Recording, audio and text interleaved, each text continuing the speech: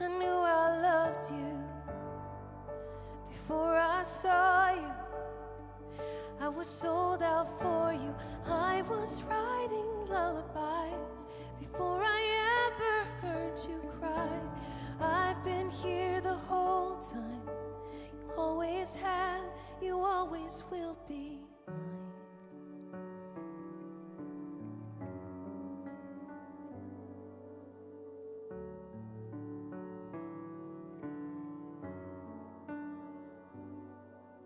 Step by not so steady step, holding up your arms again. How could I forget? It wasn't when you got it right. I was cheering all the time. How could I forget? Before I held you, I knew I loved you. Before I saw you, I was sold out for you. I was writing lullabies before I ever heard you cry. I've been here the whole time. You always have, you always will be mine.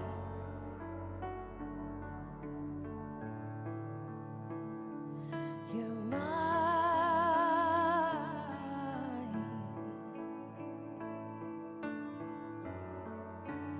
I'm not too busy.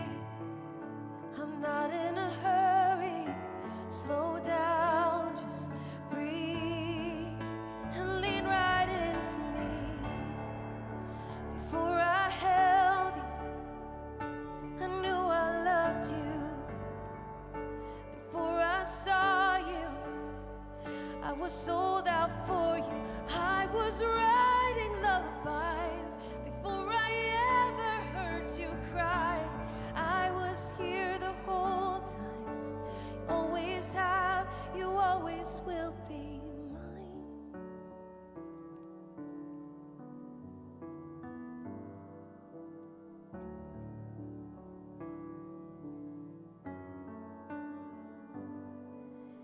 Through the nights when you're afraid, I will be your safest place. I will lift your head, and I won't let you forget.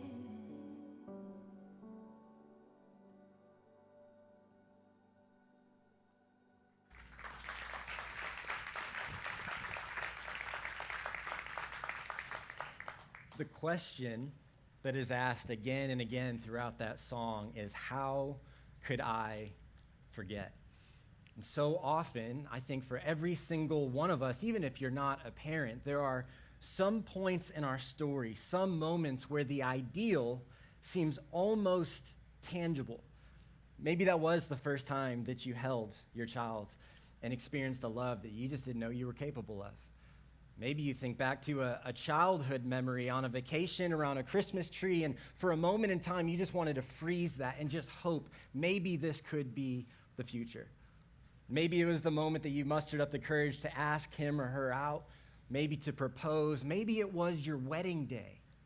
And in those kinds of moments, we have so much hope for what could be in the future.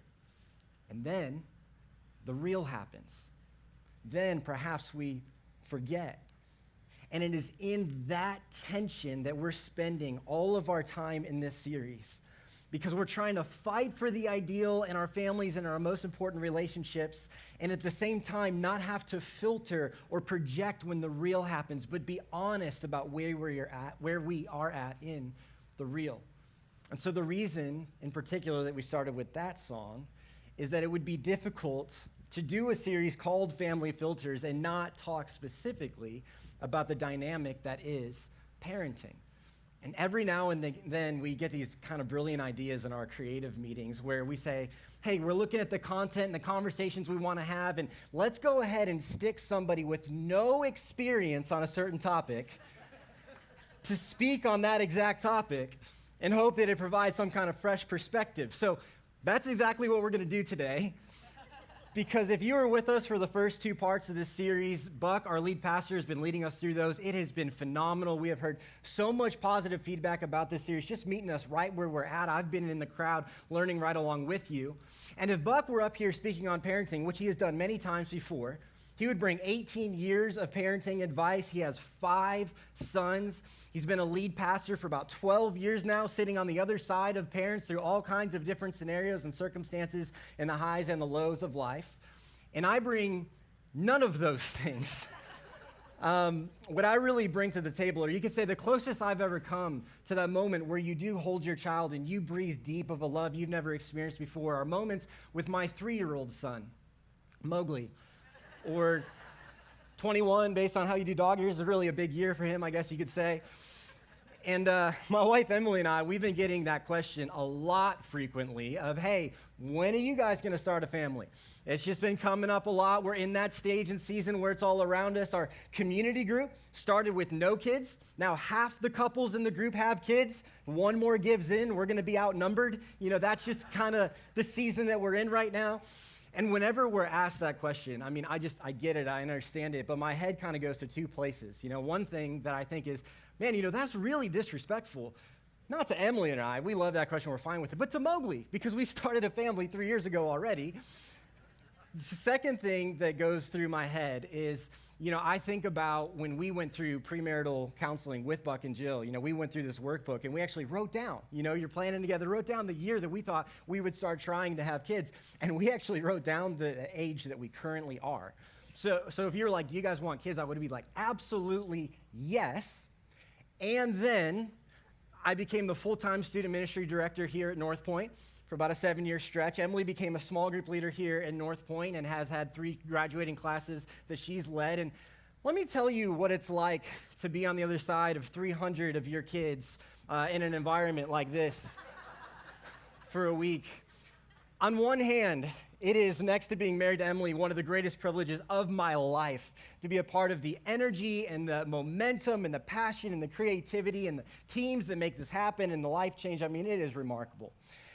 And at the same time, I have never returned from a week with a couple hundred middle school students getting a couple hours of sleep every night who haven't showered in a week and thought, I want one of those 24/7. I cherish getting to hand them back off to you. And so really what this conversation is today is this is basically a collection of unfiltered observations from 10 years on the other side of students. Because that's how long I was a part of student ministry. I was a student, then I interned, and then I was the student ministry director for that period. And I understand that this is a little bit like I've observed some brain surgeries, and now I'm going to give you some tips on how to do brain surgery, right? I get that this is what it's like. 10 years on the other side of students does not make me feel that I could do your job better than you, right? That's part of the reason Emily and I don't have kids yet is we're like, man, that is the hardest job in the world. I know that there is no such thing as a perfect child, and I know that there is no such thing as a perfect parent, but there is one type of room that I have been in, and I think it's not exaggerating to say thousands of times now, that you, if you are a parent, have never been in and will never be in, and that's any type of room that a kid is in that you're not around. I get to see what they say and what they do when you are not there, and that's where I want to share my observations from. In fact, I thought maybe we could just make an agreement at the beginning of our time. If you just satisfy some of my insecurities and say nice things about the message, I won't tell anybody what they say about you when you're not around. Just kidding, kind of. But I want to share some of those observations from that time. If we were going to, title this conversation anything, I would basically title it 5 Things I Hope Every Parent Never Forgets. And I put it this way because of the fact that I don't think I'm going to share anything today that you have never heard before that's going to be brand new to you. But my hope is, I've seen 10 graduating classes go through now. If you have a young kid, a middle schooler, if you have a child that still lives in your home, then maybe I've had a little glimpse into the future, and I just want to rise to the top of what might be some of the most important things to keep front and center. My hope is that it's just helpful, maybe one of these 5 things. It's not your traditional sermon or message, if you will, if you're used to attending church regularly. This is just a little bit more of a conversation from some of my personal notes that I want to share with you. And I hope that it's helpful even if you're not a parent. Maybe you just aspire to be one someday, or maybe if you just care about anybody coming after you in the next generation, I hope it's helpful. I also hope this conversation might be helpful when it comes to even our own stories. Processing a little bit maybe what we did receive or what we did not receive from our own parents or our own guardians. So for the sake of time, I just want to jump right into the list and make sure I don't have to rush too much on any one of them.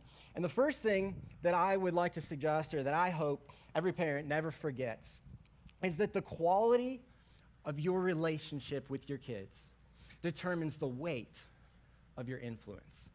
Here's what I mean by this, because I actually want to explain why I think this is pretty countercultural. Every single time that I'm on the other side of a student and they share something heavy, like they get something off their chest that maybe they're nervous about how I'm going to react, maybe they're a little embarrassed, maybe nobody knows yet and there's some shame going on with that. Whenever they share one of those types of things, the first way I always respond is I always just say thank you. Like, thank you for your courage, your boldness. It's amazing. You're just being honest, because I know how hard that is as it's coming out. And it's so impressive when they do that, especially young. And the second thing that I always do is I ask, have you told your parents yet? Because that's the relationship that I want to get to enforce as quick as I can. And if they haven't, then I'll ask, well, how do you think they would respond if you did? And there is a pretty stark contrast between the students that respond and say, yes, I already have, I'm just trying to get another opinion, or no, but I know I should, I know they'd be okay. And then the students that say, please, please, please don't tell my parents, they're going to kill me. Now, that's not all on you. As humans, in our shame, we try and hide things and lie about things and cover up because we don't want to be embarrassed. That's not all on you. And at the same time, I promise you, those are the moments. Those are the conversations that you want to have the influence to speak into. And the way the order kind of works is, when they're first born, you have 100% influence. You're the only influence in their world. And the way that you kind of get to exercise that influence, or you earn that influence, is you have size and position in their life, right? You're just bigger than them. You can pick them up and move them. You have all the influence. But then they get some friends, some teachers, some coaches.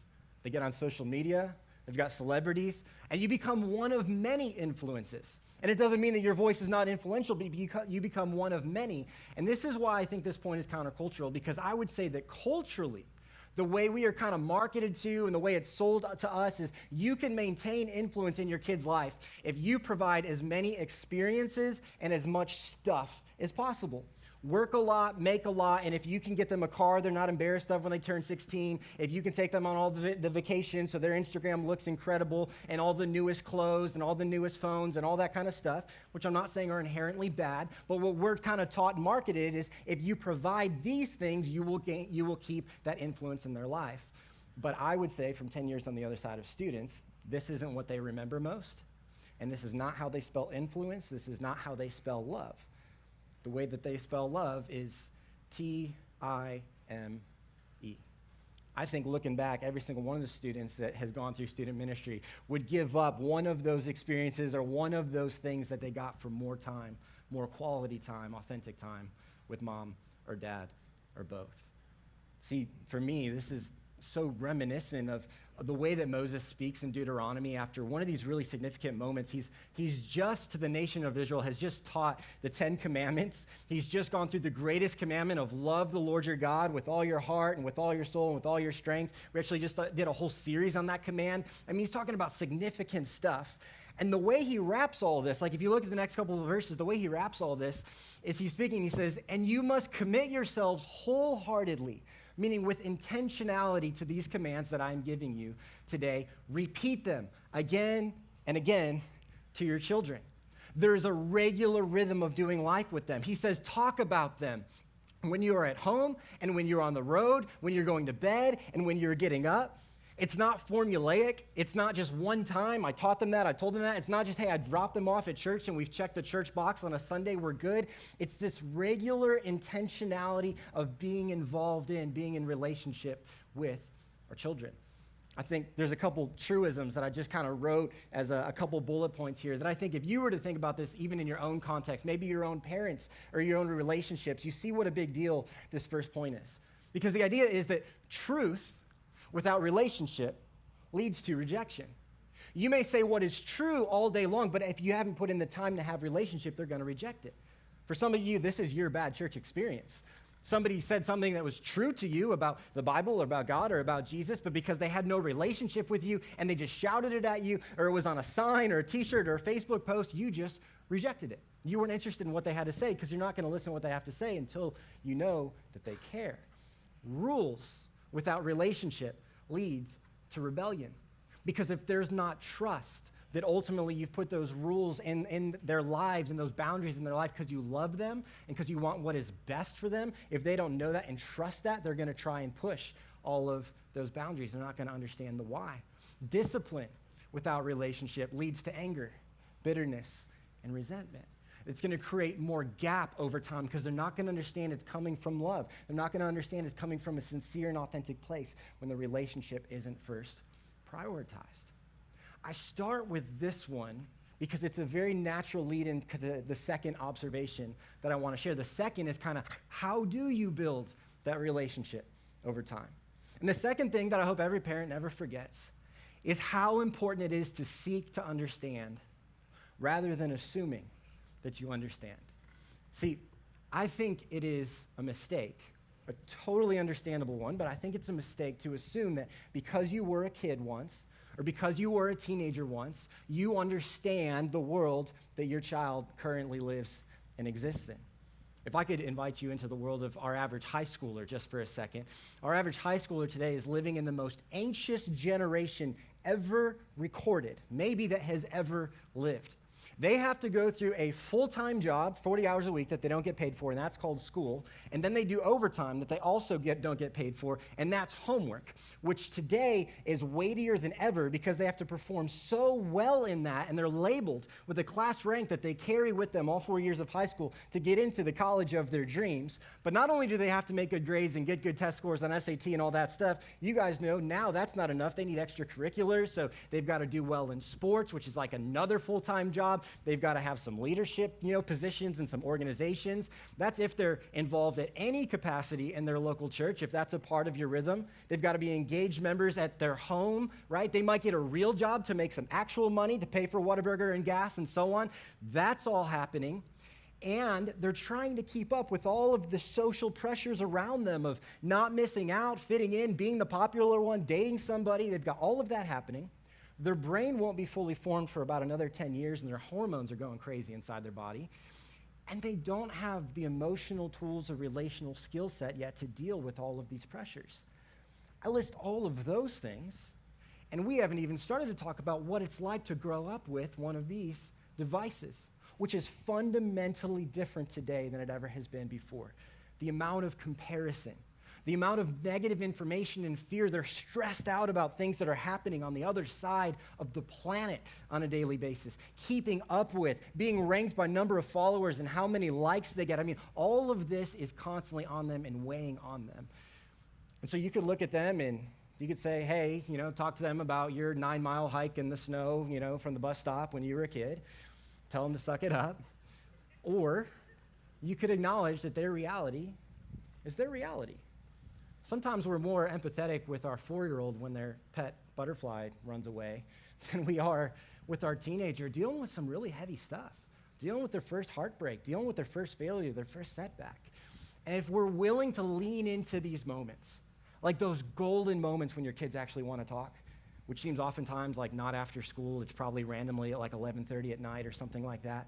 But when they want to lean into those moments and they want to share with you, those are the moments where that influence is made, where that relationship is formed, where you just lean in and ask questions. Tell me what that's like. What are you feeling? What are you experiencing with that? hey, I don't understand the weight of that. I mean, I've got some pressures and stresses and anxieties too, but man, I feel with you. I'm so proud of you. I mean, speaking into those kinds of moments are huge. It's kind of a posture thing, if you will, right? It's like the posture that Paul describes when he writes to Timothy, who's a very young leader. And I love how Paul, throughout the New Testament, I mean, he used brother and sister language, this very kind of family-type language that's helpful in a series like this. But to Timothy in particular, he calls him my true son in the faith.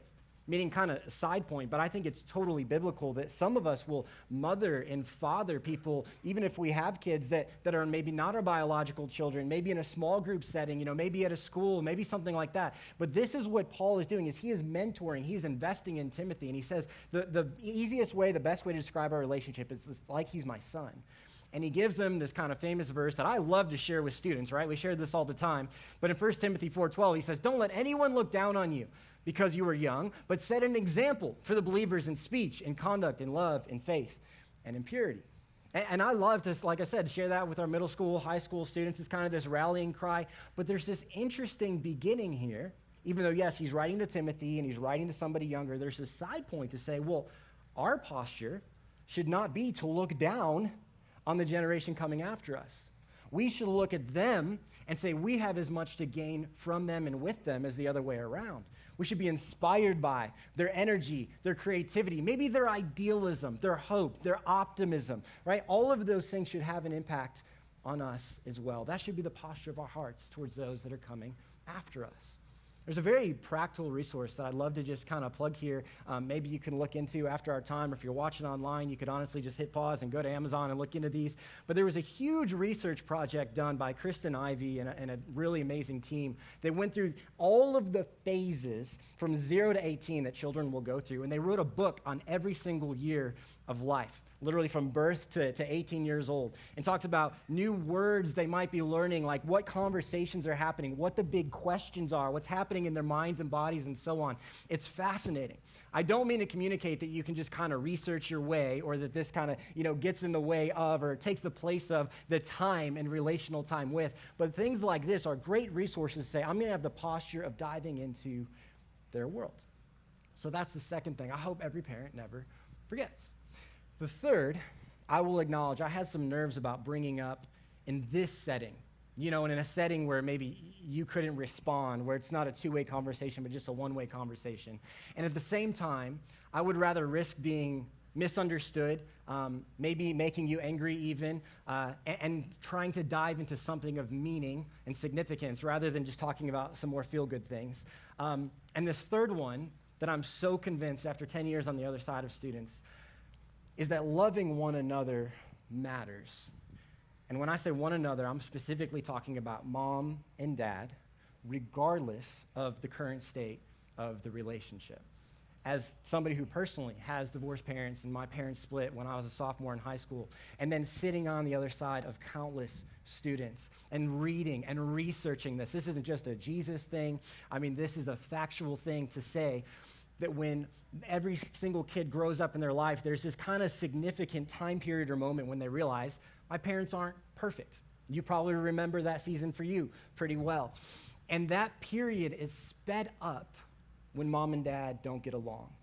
And influence is lost earlier, and respect is lost earlier when mom and dad don't get along with one another. And the environment that's created, fair or unfair for so many kids, is they take that weight and pressure on them. And they wonder, is this my fault? Is there something that I could have done differently?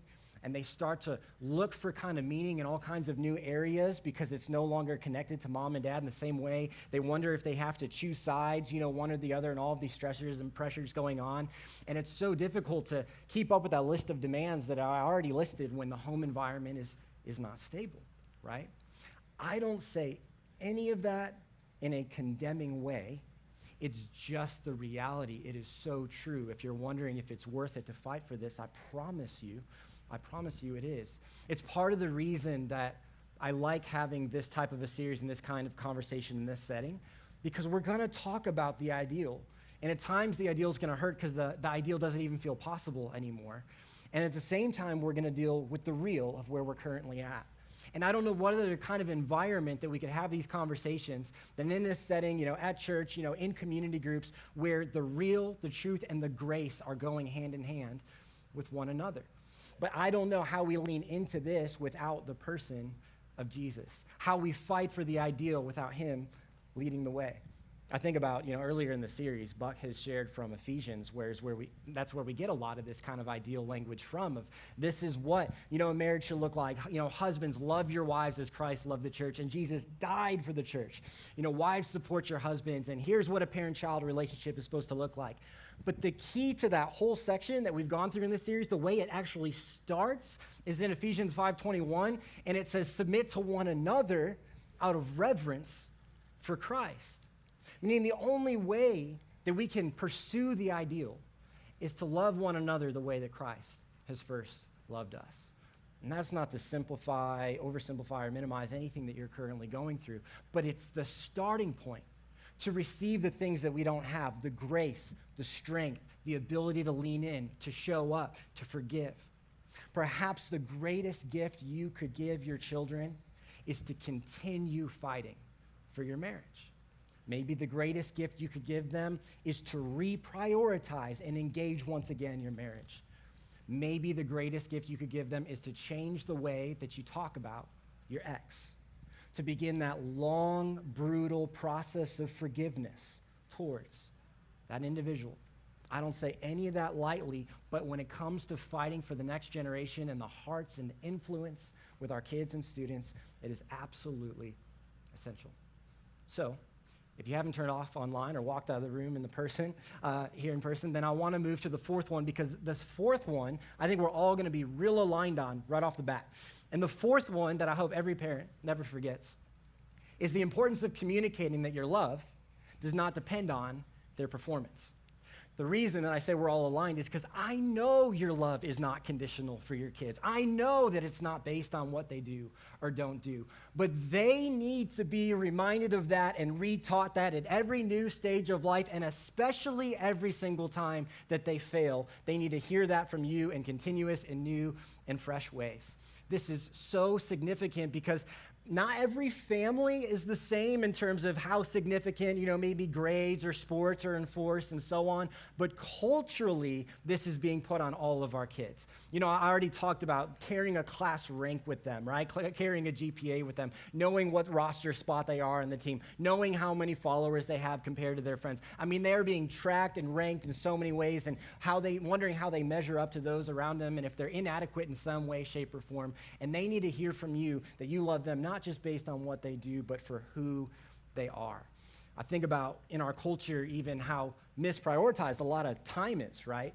If you think about any type of competition, if it's sports or cheer or band or whatever it is, which I'm a huge advocate of all those things. My dad played college baseball. My brother and I traveled Texas and the country in middle school and high school playing sports. I get that world.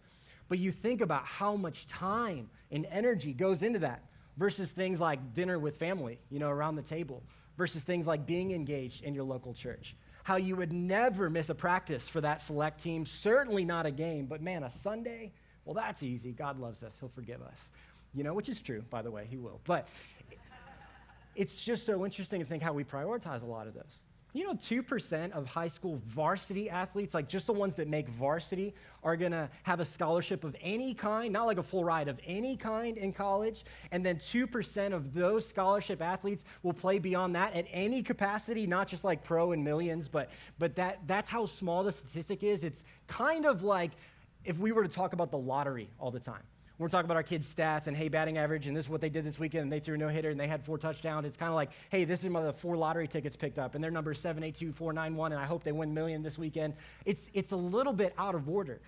I realize that there are things like that teach good values for kids and all of that kind of stuff, but here's why this is a really big deal. There's a subtle kind of perspective switch that we could have, even in the way we engage our kids a little bit.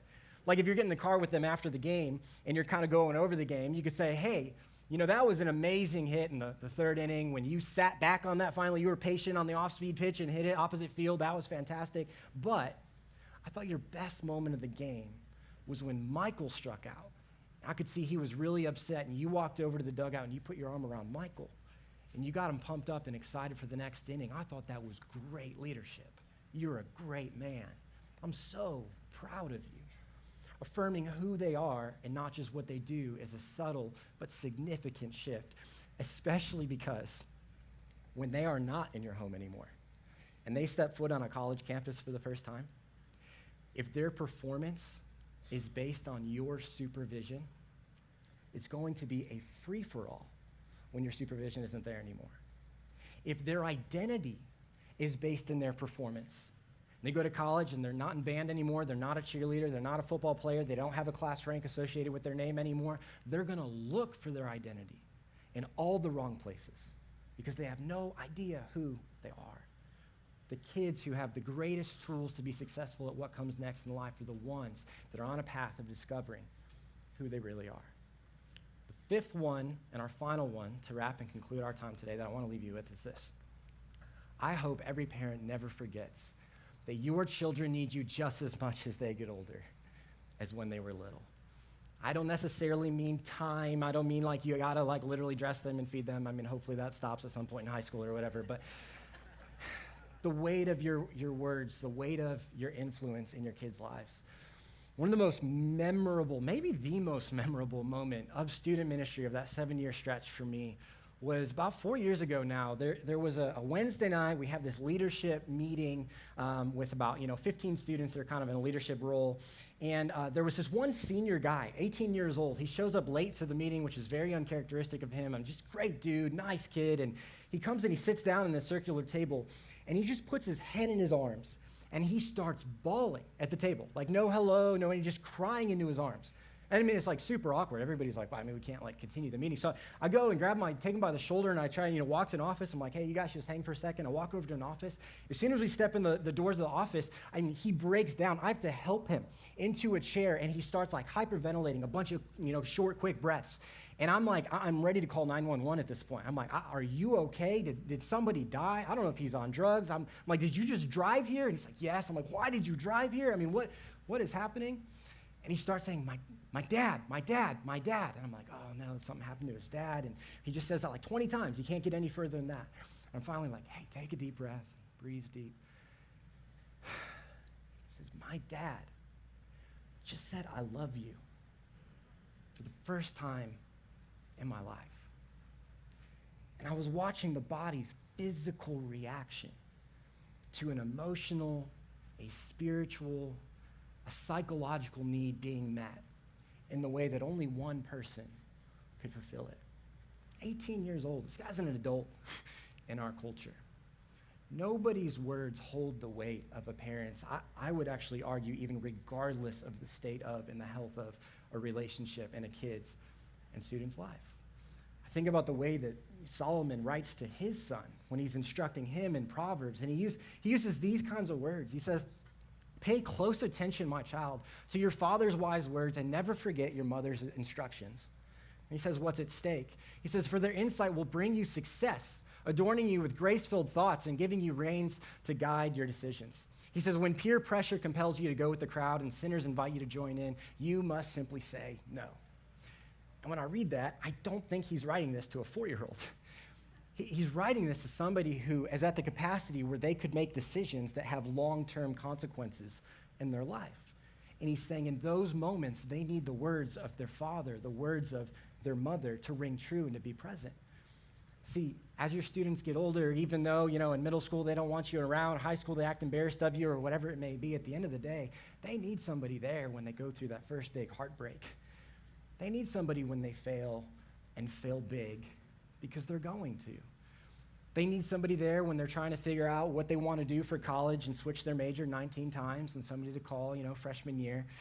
They need somebody to call in the big moments when they're like, hey, I think this girl, I think this guy is different. Like, I spend the rest of my life with this person? They definitely need somebody to call when they try to pay their taxes for the first time. They need somebody to call when, their first child enters the world and they have all the questions and all the concerns that they just didn't care about when they were 16, but now they're hanging on to every single word you say like it's gold, right? And you've experienced that. Some of you went off to college. Your parents were idiots freshman year and you came back, they were geniuses by senior year. You've experienced that. It's going to happen. Those days are coming. for you as a parent as well. Really, this is a slide to just say stick with it. In those moments when you're wondering, like, is it worth it? Do I just let them be 18 and, like, move out? Like, all that kind of stuff. This is so hard. I don't know if, I think I've just messed them up. I don't think they care what I have to say anymore. I promise you, just jumping in the future a little bit, I promise you, it is so worth it. One of the most significant things you'll ever do in your life. So here are the 5. Again, this isn't just to memorize these. So hopefully one of these perhaps is helpful for you where you're currently at.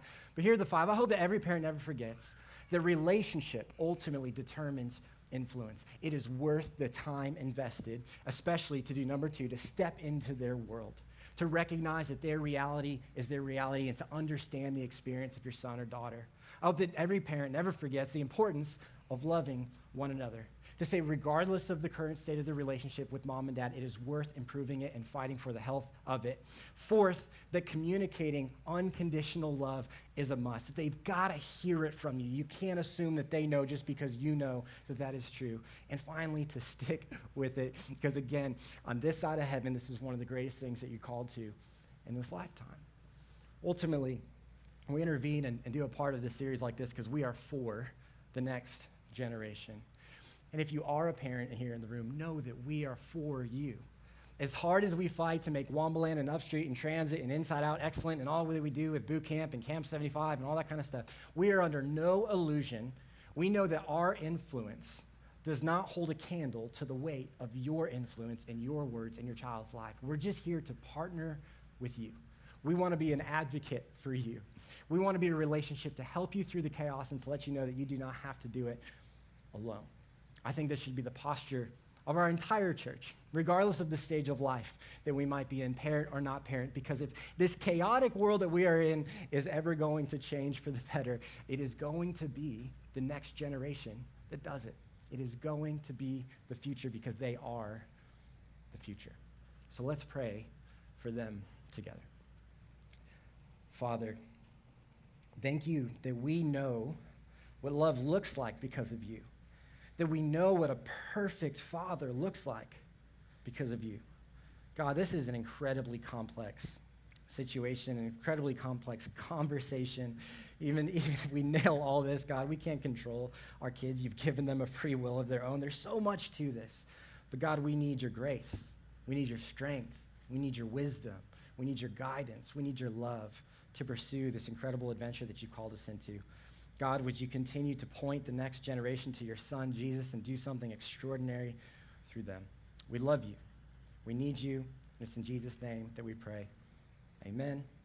Thank you guys so much for hanging out or tuning in, and we'll see you next week for part 4.